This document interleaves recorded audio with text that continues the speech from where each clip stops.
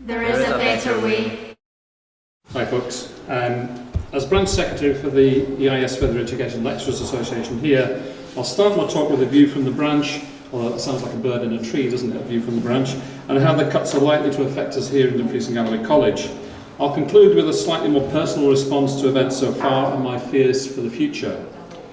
The college here is facing a £1.1 million cut in its funding for next year, which equates to about over 10% of its budget. The effect of this is that the principal and the board of management have decided to reduce the number of staff by about 10 to 15%. What does this mean? It means that about 40 experienced members of staff will be lost. 40. Those 40 members of staff may have families. Those 40 families have mouths to feed, bills to pay, commitments. It could easily result in 40 for sale signs going up outside their homes. We not only lose the jobs, we create a knock-on effect in shops and businesses locally. It is frightening to think that this is only year one of a 3-year cut of maybe 5% the following year and 5% the year after that. And this is not happening not just in one organisation, but in many across Scotland. Meanwhile, we have to try to deal with the situation here, and to that end we've made sure as a union that we can be as fully involved as possible through the regular negotiating forum. In fact, we've just finished a 1-hour meeting with the principal. The staff here are going to get the results of that meeting emailed to them this afternoon, showing the new mini structure and where the cuts are likely to impact and the numbers concerned. The EIS is firmly against compulsory redundancies, and so we are fighting to persuade the principal to shape the voluntary severance package he is offering to attract the largest number of lecturers to come forward in the areas he has targeted. We have reserved our position as a branch on the matter of compulsory redundancies, but I can tell you that already some colleges in the Central Belt are holding indicative ballots for industrial action. I cannot divulge the content of the JNC we're just from, but it's not looking good. And as I say, staff here will know the result of that by the end of this afternoon. What angers us is the sheer waste of losing experienced staff. They're having to go at a time when unemployment is growing and a time when education and training should therefore be expanding to cope with that very demand. We have a highly successful schools-college partnership here, and we're in a prime position to increase what we offer in terms of curriculum for excellence by giving so many more choices to pupils. This is being cut, and we are only left with about 200 of the former 1,000 pupils that come through our doors to finish off their second-year courses next year. So that's an 800 pupil loss to us, and a huge loss to the schools as well. Is nobody thinking of the growing dole queues, and in particular the NEET generation, those not in employment, education or training? That number is certain to get bigger. What a waste again. If the government wishes to get us out of a recession, surely we need an educated workforce. It makes no sense to me what is happening. Can I just ask a question? Here's a bit of audience participation. How many of you have ever joined in a protest rally? Hands up. A surprisingly large number, actually. I was expecting fewer than that.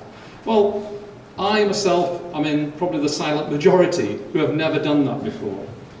I've always regarded myself as Mr. Moderate when it comes to political issues, but I'm personally so angry at the bully boy tactics from the government of Westminster that the first time in my life I'm joining the STUC march in London on the 26th of March next month. I'm sure Ian Tasker will be able to give us more information in his speech. Looking at the poor turnout for the visit by MSPs on Monday in this very room, I was reminded of a comment made by the comedienne Victoria Wood when she said, "There will only ever be a revolution in Britain if they banned caravanning." I would like to prove her wrong, and so I'm heading south in March to make a difference next month. I'm an ordinary guy, a moderate who feels so damned annoyed that I'm willing to get off my backside this time. I would urge anyone here that feels the same way to do something about it. Lobby your MP, your MSP, write letters to the government departments, get involved, join the protests. Ordinary people can make a difference. There really does have to be a better way. Thank you.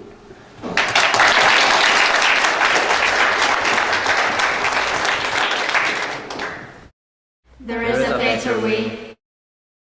But what I was going to say is that over the coming months, we would like to extend an invite to staff, all the student unison and EIS Vela, to wherever possible get together and see what we can do to prevent the cuts that are going to damage further education, that are going to reduce the chances of local people, the College and across North Lanarkshire, getting the skills, the qualifications, the confidence, the self-esteem, the ability to go out and make a difference in their lives through accessing good jobs, secure jobs and getting on, and all that has an impact on the community. And what we want to try and do is see what we can do to stop it, because at present they've said there's a 6.7% cut to Colleges' current budget.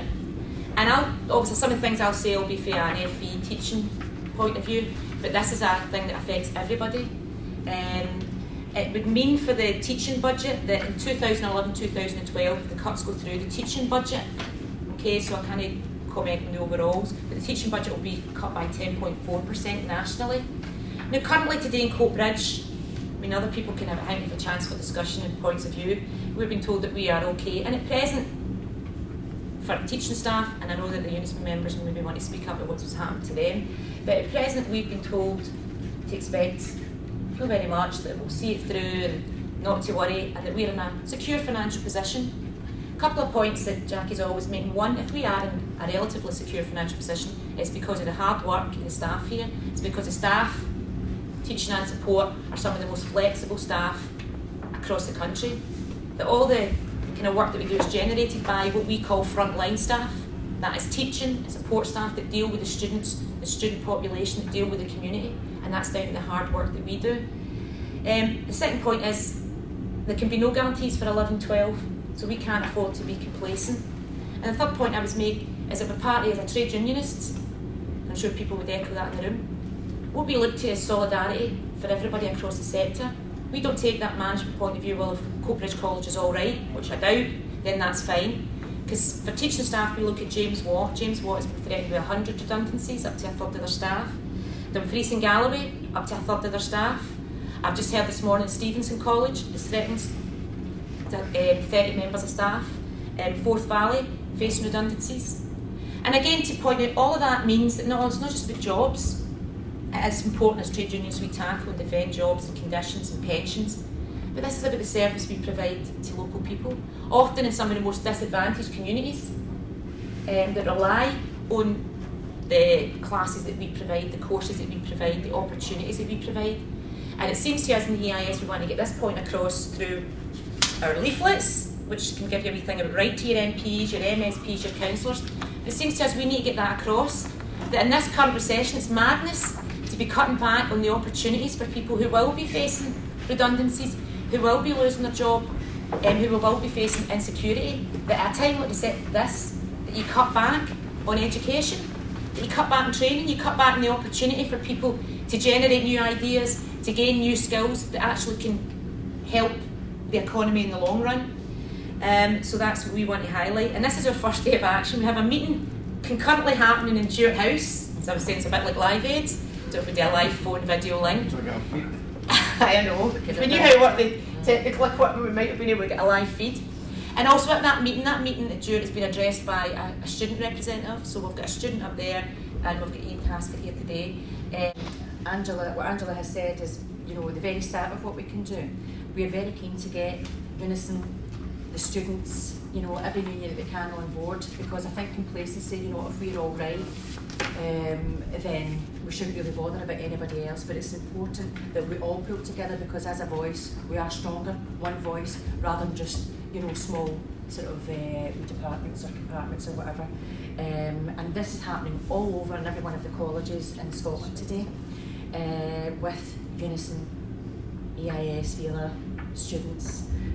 We can't stress how important it is that we are supporting and seem to be supporting our colleagues in the colleges right across the board that have been affected by this. And that's why it's important that we don't do it's all right for us, we're okay. Just now we're all right. But what you've got to bear in mind is a lot of the cuts that the colleges are actually going through just now, we've actually employed a lot of these things in the last 5 years. We've actually endured them. We've had, clear-outs in full departments, redundancies, both in teaching and in support staff.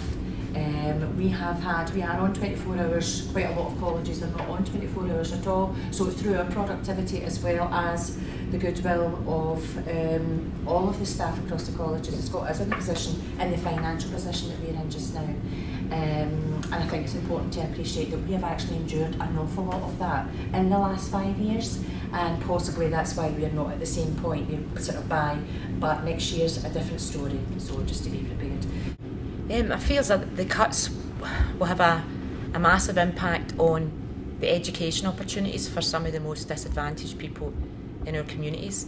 Also, if you look at the cuts, they're going to have an impact on people's jobs. There will be job losses, and when people lose their job, they look to retrain, they look to take up educational opportunities, to get back into employment. And if there's cuts in FE at the same time as there's people losing their jobs, then it could be a really desperate situation for people. And we're always being told about people need to work and no need for benefits, you need to get out and find work. But when the work's not there and they're reducing the chances at education, then what are people supposed to do? In fact, at College, our kind of mission statement is that we are Scotland's oldest college and first college. And the community of Coatbridge and Airdrie and North Lanarkshire has been served for education and training for a long time by Coatbridge College.